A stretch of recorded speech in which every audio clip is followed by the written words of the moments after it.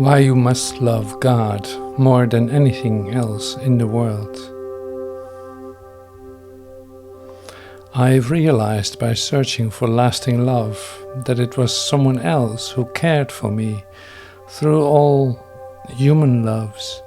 The divine has loved me as mother, as father, and as friends.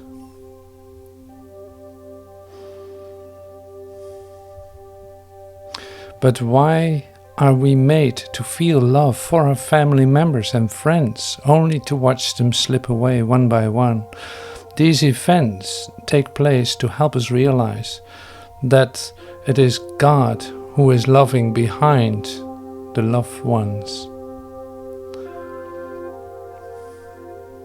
You should understand the importance of cultivating divine relationship with God and not wasting any more time. The difficulty about this motion picture of life is that all realities seem real and all realities seem unreal. Each night in sleep, the world is made to disappear from our consciousness, so we might understand that the material universe is not real. This lesson of sleep comes not to frighten us, but to make us seek the reality of God. You can never be satisfied with anything but God and His love. His Spirit is the reality that nothing else can match. Don't yearn for human love, it will vanish. Behind human love is the spiritual love of God. Seek that. The greatest love you can experience is the communion with God in meditation. The love between the soul and spirit is the perfect love. The love you are all seeking. When you meditate, the love grows. Millions of thrills pass through your heart. If you learn to control sex attraction and attachment to human beings, and if you strive to love all and to meditate more deeply, there will come into your life such love as you have never dreamed possible. If you meditate deeply, love will come over you, such as no human tongue can describe. You will know this, His divine love, and you will be able to give that pure love to others.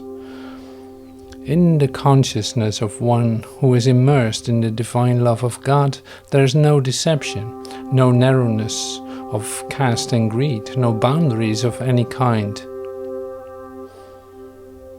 When you experience that divine love, you will see no difference between flower and beast, between one human being and another. You will commune with all nature and you will love equally all mankind.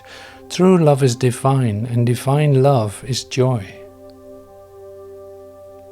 The more you meditate seeking God with a burning desire, the more you will feel that love in your heart. The greatest romance is with the infinite. You have no idea how beautiful life can be when you suddenly find God everywhere. When He comes and talks to you and guides you, the romance of divine love has begun. There's no one to whom we owe love more than to God, and there is no love sweeter than the love God gives to those who seek Him. So why spend all your time pursuing temporary human love? Conjugal, familiar, fraternal, all forms of human love have blind alleys. Divine love is the only perfect love. It is God who is playing hide and seek in the corridors of heart, that perchance behind lesser human loves you may find His all-satisfying love. God doesn't readily respond to us because we are shy before Him. We fail to show how much we want Him. Don't be afraid of Him. Call Him your own and pursue Him unceasingly, in thought and in action, and you will find Him to be the greatest haven of safety. So many years are gone from our lives already, and only so many years, weeks, days, and hours are left. Don't waste time. In your heart, tell Him night and day, Lord, I want Thee. Never be insincere about that. Love God. Talk to Him every second of your life, in activity and in silence, with deep prayer, with the unceasing desire of your heart, and you shall see the screen of delusion melt away. Don't pray for home or for money or worldly love or friendship. Don't pray for anything of this world. Enjoy only what the Lord gives you. All else leads to delusion. No other duty is important if it takes your thought and desire away from your duty to God. All else is illusion. Nor should you question God. You will reap only doubt. You will not be able to understand His laws until you become one with Him. So why waste time trying to understand them by an intellectual approach? Don't try to solve these riddles of life. You will be lost.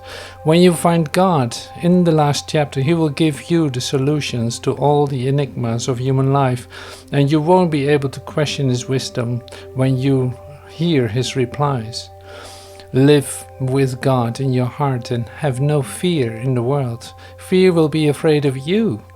You will be free from this cosmic delusion.